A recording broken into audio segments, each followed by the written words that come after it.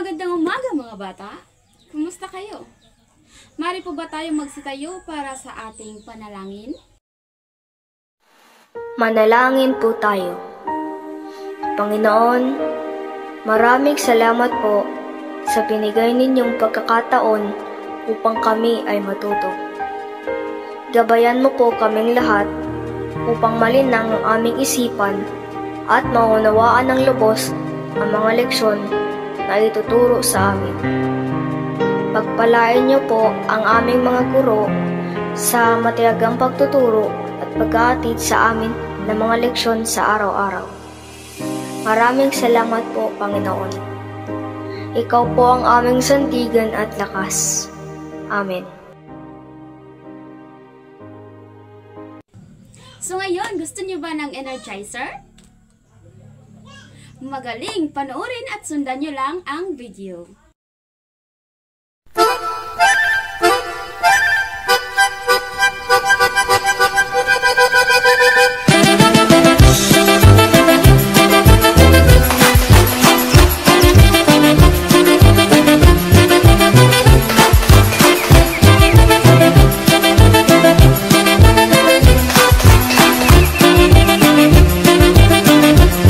Okay, bago tayo umupo, maaari po ba nating tingnan ang sa ilalim ng ating upuan kung meron bang mga basura?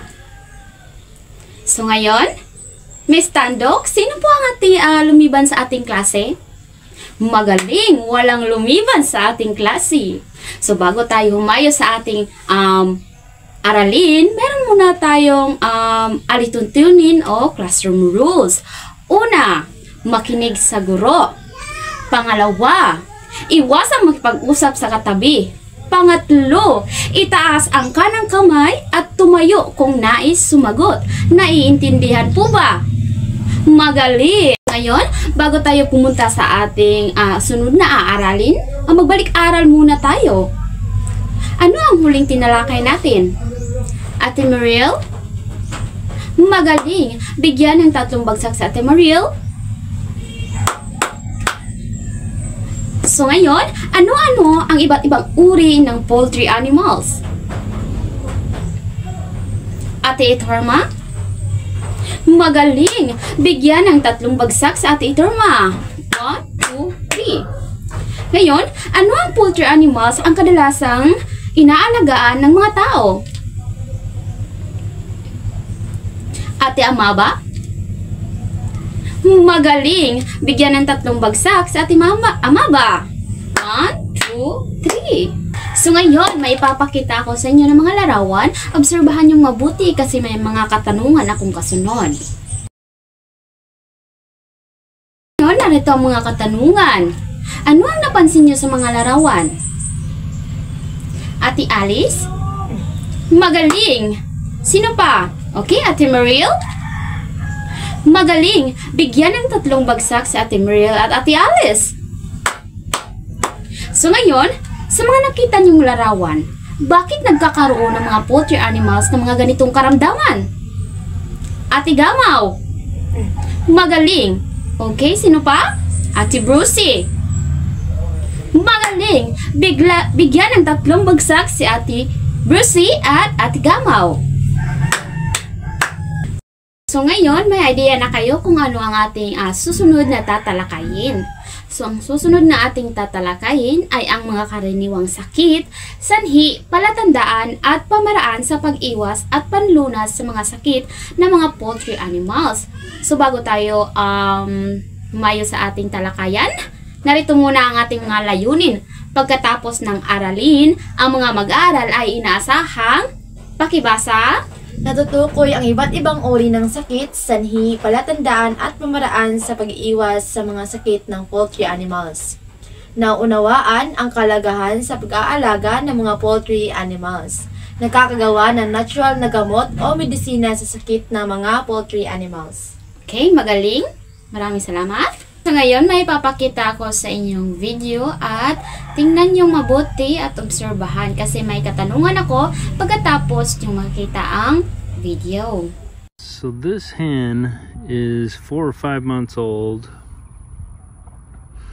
She wasn't from my flock, she's from one of my neighbors. And we think she has Marek's disease. Some of the signs are paralysis of the legs, wings, and neck, loss of weight. There's a few different versions of Marek's disease. One will affect their eyes. Their eyes will go gray or black, but her eyes both look totally normal. Ito ang mga katanungan. Una, ano ang iyong naobserbahan sa video na aking ipinakita? Magaling. Pangalawa, sa iyong palagay, maaari ba kayong magbigay base sa inyong nalalaman kung anong sakit ito? Magaling. Bakit nagkakaroon ang mga poultry animals ng ganitong karamdaman? Ano ang maaring dahilan o sanhi ng mga ito? Ate Mariel? Magaling. Ang mga sakit ng poultry animals ay maaaring magdulot ng malubhang epekto sa kanilang kalusugan at produksyon. Narito ang mga karaniwang sakit, sanhi, palatandaan at pamaraan sa pag-iwas sa mga sakit ng mga poultry animals. Una, ang karaniwang sakit ng poultry animals ay avian flu o tinatawag nating bird flu. Ang bird flu, na kilala rin bilang avian influenza, ay isang sakit na pangunahing nahahawaan ang mga ibon at hayop, ngunit maaari ring makahawa sa mga tao. Narito ang mga sanhi. Ang avian influenza ay sanhi ng mga virus na influensya na karaniwang nakakaapekto sa mga ibon, ngunit maaari ring makahawa sa mga tao. Ang mga palatandaan nito ay una, pagkawala ng gana sa pagkain. Pangalawa, hirap sa paghinga. Pangatlo ay magkakaroon ng lagnat. At pang-apat, pagkakaroon ng namamagang mga mata. Then panglima, biglaang pagkamatay ng mga ibon o manok or mga iba't ibang uri ng poultry animals. So, ang pamamaraan ng pag-iwas sa sakit na avian flu o bird flu ay una, pag-iwas sa pakikipag-ugnayan sa mga nahawang ibon. So, dapat kailangan nating kung ang isang hayop ay nagkakaroon ng sakit, kailangan nating iiwas sa mga poultry animals, sa ibang poultry animals na walang mga sakit. Then pangalawa, paglinis at pagdidisinfekta ng mga kagamitan. So kailangan natin dapat malinis ang mga kagamitan o kulungan ng poultry animals. So ang panlunas sa avian flu ito ay walang tiyak na lunas para sa avian flu. Ngunit ang mga nahawang ibon ay karaniwang pinapatay upang maiwasan ang pagkalat sa mga sakit. Pangalawang sakit ng mga poultry animals ay ang pneumonia. So ano ang pneumonia? Ang pneumonia ay isang pamamaga ng mga baga na dulot ng iba't ibang mikroorganismo tulad ng bacteria, virus at fungi. Ito ay isang seryosong sakit na maaaring magdulot ng mataas na mortality rate lalo na sa mga sisiw at manok. Ang mga sanhi ay ang pneumonia ay maaaring dulot ng bacteria, virus, fungi na nagdulot ng infeksyon sa mga baga. Ang mga palatandaan sa sakit na ito ay ang ubon na may plema, hirap sa paghinga, lagnat, pagkapagod.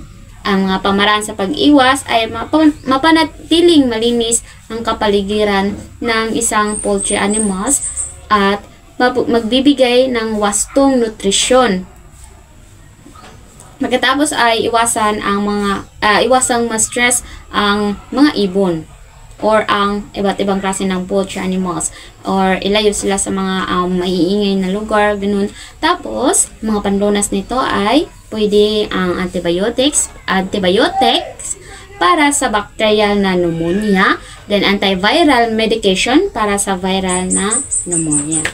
Sa pangatlong uri ng karaniwang sakit ng poultry animals ay ang fowlpox. Ang fowlpox ay isang nakakahawang sakit sa mga ibon, kabilang ang mga manok na dulot ng avian pox virus. Ito ay isang DNA virus na kabilang sa genus Avepox virus.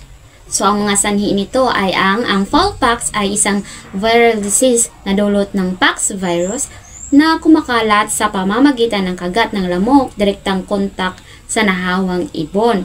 So, ang mga palatandaan na nagkakaroon ang isang poultry animals ng fowlpox ay hirap sa paghinga, pagkawala ng gana. Ang mga pamamaraan ng pag-iwas sa sakit na ito ay pabakuna o pagsugpo sa mga lamok. Kailangan ay disinfect ang paligid ng poultry animals.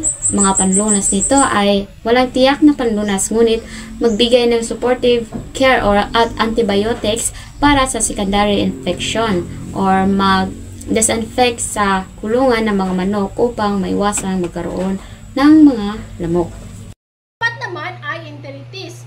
Ang enteritis ay isang pangkalahatang termino para sa pamamaga ng bitoka.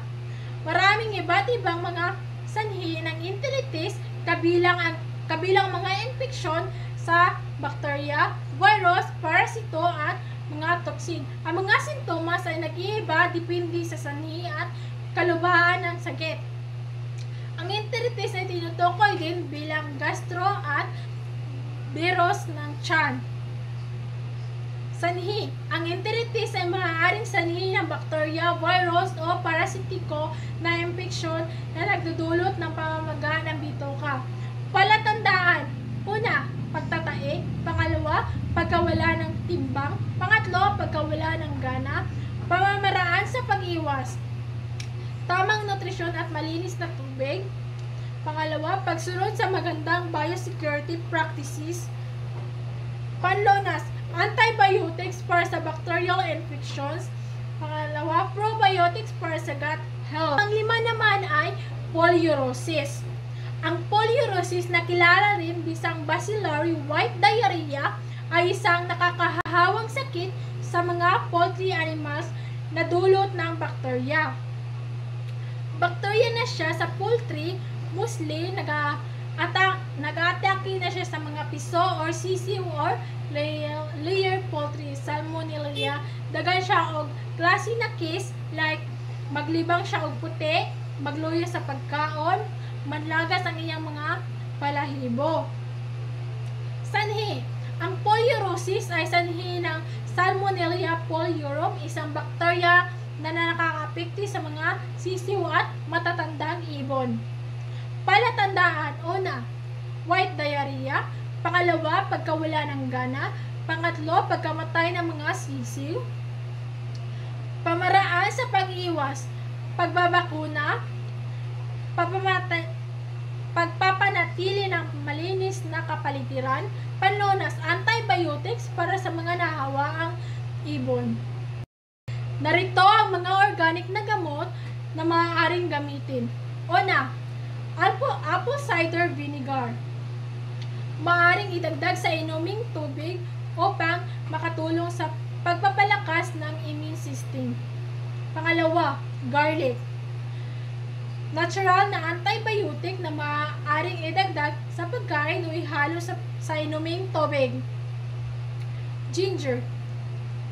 Nakatulong sa pag-alis ng mga sintomas ng respiratory infection. Maaari din itong ihalo sa tubig. Turmeric. Anti-inflammatory na maaaring makatulong sa pagbuti ng mga kalusugan ng baga. Maaari din itong ihalo sa tubig. Medicine. Panamox 40. Ang isang malawak na spectrum antibiotics na nabawasan ang kalubhaan ng sakit at pamamaga sa puso, kolon, maiwasan ang nakakahawang koriza, halak, chronic respiratory disease, cholera, malaria, lagnat at sipon. Ito ay pinatibay ng carbocysteine, isang mucolytic agent na ginagamit upang makatulong sa pagbawi ng mga talamak ng obstructive pulmonary disorder na bronchitis sa gimfall. Vitrecin gold para sa mga sinisipon ng mga poultry animals. Gentamicin sulfate. Ang gentamicin ay antibacterial na anti-infective kapag nagtatay ang manok kapag ang dumi ay halos kulay puti. Silicrogen plus. Silicrogen plus kapag ang manok ay dumudumi ng halos parang chocolate o lumalapot ito ay maaaring ipainom. At ngayon, meron tayong aktibidad na gagawin na hatiin ko lamang kayo sa 5 grupo. Ito ang Group 1, Group 2, Group 3, Group 4. At ang panghuli ay pangkat 5. At ang gagawin niyo lamang ay gumawa kayo ng short discussion tungkol sa 5 karaniwang sakit, sanhi, palatandaan, pamamaraan sa pag-iwas at panlunas sa mga sakit ng poultry animals. Ang Group 1, ang gagawin niyo ay ang avian flu. Ang Group 2 naman ay pneumonia. Ang Group 3 ay smallpox. Ang Group 4, enteritis. Group 5, poliurosis. Criteria: time management 10%, teamwork 20%, presentasyon 20%, na total of 50%. Bibigyan ko lamang kayo ng 10 minuto. Ngayon, meron ako mga katanungan sa inyo. Okay, Ate Alice, ano nga ba ang ating tinalakay ngayon? Okay, tama. Ate Jamaica, ano-ano ang mga 5 uri ng karaniwang ng sakit ng mga poultry animals? Okay, tama. Ate Hazel, bakit kailangan natin matutukoy o malaman ang mga karaniwang na sakit ng mga poultry animals? Okay, bigyan ng 10 palakpak. Ay, kumuha ng 1/4 sheet of paper at sagutan ninyo. Basahin at unawain ang bawat tanong at sagutin ng tama o mali. Sa inyong takdang aralin, gumuhit ng isang poultry animals at lagyan ng label ang bawat parte ng katawan ng poultry animals na inyong napili. Maaari kayong mag-search sa Google. At yun lang po at maraming salamat.